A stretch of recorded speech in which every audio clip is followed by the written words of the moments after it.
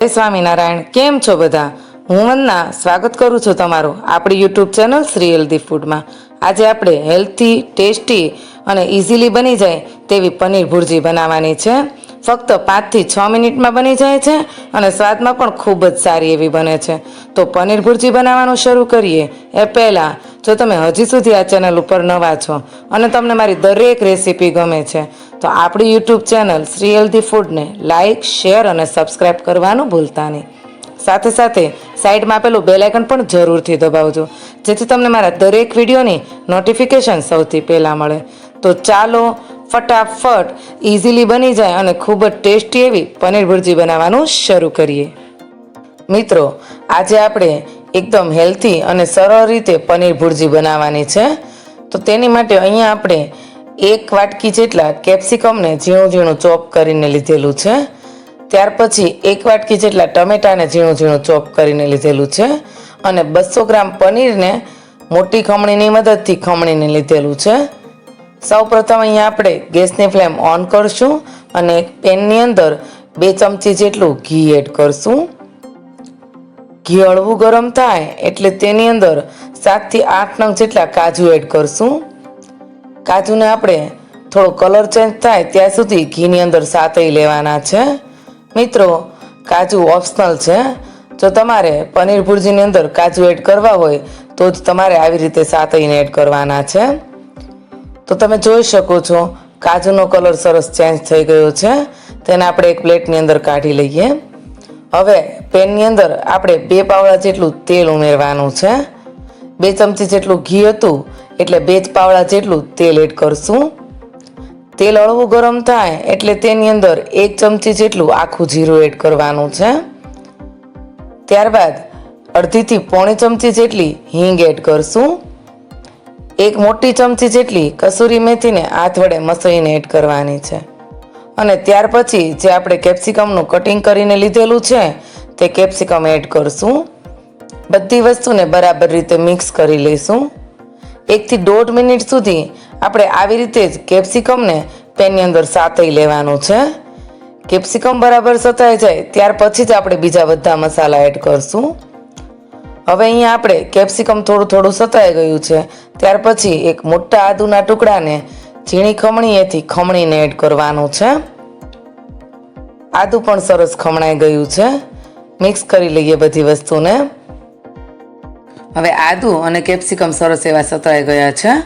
ત્યાર પછી આપણે અહીંયા જે 1 વાટકી ઝીણા ચોપ કરેલા ટમેટા લીધા છે તે એડ કરવાના છે. તેને પણ મિક્સ કરી દઈએ બધી વસ્તુ સાથે. એકદમ ટમેટા રાળ થાય ત્યાં સુધી આપણે ટમેટાને ચડવા દેવાના છે. મિત્રો, જો આવી રીતે પનીર ભુરજી બનાવશો તો એકદમ હેલ્ધી પણ બનશે, ટેસ્ટી પણ બનશે અને ઇઝીલી પણ બની જશે. એટલે કે ફક્ત 5 થી 6 મિનિટમાં જ આપણી પનીર ભુરજી બનીને તૈયાર થઈ જશે. તો મિત્રો, હવે અહીંયા આપણે સ્વાદ પ્રમાણે મીઠું એડ કરવાનું છે. અહીંયા આપણે 1 ચમચી જેટલું મીઠું એડ કર્યું છે. અડધી ચમચી જેટલી હળદર એડ કરી છે. મિક્સ કરી લઈએ. બધી વસ્તુ સરસ મિક્સ થઈ ગઈ છે. હવે આપણે પેનને ઢાંકી દેવાનું છે 2 થી 3 મિનિટ માટે. તમે જોઈ શકો છો મિત્રો, 2 થી 3 મિનિટ જેવું થઈ ગયું છે અને સરસ એવું તેલ છૂટું પડી ગયું છે. આવી રીતે થોડું થોડું તેલ છૂટું પડે ત્યાર પછી જ બીજા મસાલા આપણે એડ કરશું. અહીંયા આપણે જે કાશ્મીરી લાલ મરચું આવે છે જે ઓછું તીખું હોય છે તે એડ કર્યું છે. તો 2 ચમચી જેટલું કાશ્મીરી લાલ મરચું એડ કરવાનું છે. અને મિત્રો, અહીંયા મેં 1 ચમચી જેટલો ચણાનો લોટ પણ એડ કર્યો છે, પણ તે વિડીયો મારાથી સ્કીપ થઈ ગયો છે એટલે 1 ચમચી જેટલો ચણાનો લોટ એડ કરવો. ત્યાર પછી અહીંયા આપણે 1 ચમચી જેટલી ખાંડ એડ કરી છે. મિત્રો, તમે જોઈ શકો છો ચણાનો લોટ એડ કરવાથી એકદમ જે આપણો ગ્રેવીનો રસો છે તે એકદમ સરસ ઘાટો એવો થઈ ગયો છે. હવે ફરીથી થોડી વાર માટે આપણે પેનને ઢાંકી દઈશું, જેના લીધે આપણા બધા મસાલા સરસ રીતે એકબીજા સાથે મેચ થઈ જશે. હવે અહીંયા આપણે અડધો ગ્લાસ પાણી ઉમેરવાનું છે, જેથી કરીને પનીર એડ કર્યા પછી શાક કોરું કોરું ના લાગે. હવે પાણી એડ થઈ જાય અને પાણી થોડું થોડું ઉકળી જાય ત્યાર પછી અહીંયા આપણે જે પનીર છીણીને રાખ્યું છે તે પનીર એડ કરશું.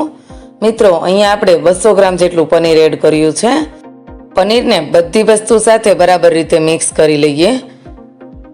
તમે જોઈ શકો છો મિત્રો, પનીર એડ કરી અને મિક્સ કરતાની સાથે જ એકદમ સરસ એવું આપણું પનીર ભુરજી લાગી રહ્યું છે. તો ફક્ત 5 થી 6 મિનિટમાં જ આ રેસીપી બનીને તૈયાર થઈ જાય છે અને ખાવાની પણ એટલી મજા આવે છે. તો મારી રીતે પનીર ભુરજી બનાવવાની જરૂરથી ટ્રાય કરજો અને મને કોમેન્ટમાં લખીને મોકલજો કે તમને મારી આ પનીર ભુરજી બનાવવાની રીત કેવી લાગી. તો હવે તમે જોઈ શકો છો મિત્રો, સરસ પનીર ભુરજીમાંથી તેલ છૂટું પડી ગયું છે. તો હવે તેલ છૂટું થોડું થોડું પડે ત્યાર પછી આપણે એક મોટી ચમચી જેટલી મલાઈ એડ કરશું. એટલે કે જે દૂધની ઉપર તર વળે છે તે તર એડ કરવાની છે. મિત્રો, આ મલાઈ એડ કરવાથી આપણું પનીર ભુરજી એકદમ સરસ ક્રીમી ક્રીમી બનશે. તો 1 ચમચી જેટલી મલાઈ લાસ્ટમાં આપણે જરૂરથી એડ કરવી. હવે મિત્રો, 1 થી 1.5 મિનિટ માટે આપણે ફરીથી પનીર ભુરજીને ઢાંકીને મૂકી દઈશું. તો 1 થી 1.5 મિનિટ જેવું થઈ ગયું છે અને તમે જોઈ શકો છો કે એકદમ સરસ એવું તેલ છૂટું પડી રહ્યું છે પનીર ભુરજીમાંથી. હવે આપણે જે શરૂઆતમાં કાજુ સાતરીને લીધા હતા તે પણ એડ કરી દઈશું. બધી વસ્તુને બરાબર રીતે મિક્સ કરી લઈએ. તમે જોઈ શકો છો મિત્રો, આપણી પનીર ભુરજીમાંથી સરસ એવું તેલ છૂટું પડી રહ્યું છે. તો હવે આપણી પનીર ભુરજી બનીને તૈયાર થઈ ગઈ છે. તો ગેસની ફ્લેમ બંધ કરી દઈશું.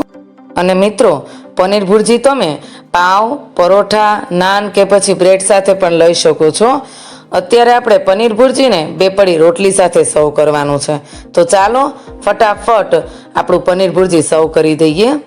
તો તમે જોઈ શકો છો મિત્રો, એકદમ હેલ્થી, ટેસ્ટી અને ઇઝીલી એટલે કે ફક્ત 5 થી 6 મિનિટમાં જ બની જાય તેવું આપણું એકદમ ક્રીમી ક્રીમી પનીર ભુરજી બનીને તૈયાર થઈ ગયું છે. હવે ઉપરથી આપણે ગાર્નિશિંગ માટે થોડા ધાણા અને થોડું ચીઝ એડ કરવાનું છે. તો અહીંયા આપણે ચપટી જેટલા લીલા ચોપ કરેલા ધાણાને એડ કરશું. ત્યાર પછી થોડું ચીઝ ખમણી લેવાનું છે. અને મિત્રો, અહીંયા આપણે સાથે સાથે 2 પડી રોટલી, પાપડ, પંજાબી અથાણું અને છાશ લઈશું. તો તૈયાર છે આપણી લંચ કે ડિનર માટેની એકદમ બેસ્ટ રેસીપી. તો તમને મારી આ પનીર ભુરજીની રેસીપી કેવી લાગી તે કોમેન્ટમાં જરૂરથી લખીને મોકલજો. અને જો તમને આ રેસીપી ગમી હોય તો આપણી યુટ્યુબ ચેનલ શ્રી હેલ્ધી ફૂડને લાઇક, શેર અને સબસ્ક્રાઈબ કરવાનું ભૂલતા નહીં. ફરી મળીએ આવા ને આવા નવા વિડીયો અને રેસીપી સાથે. જય સ્વામિનારાયણ.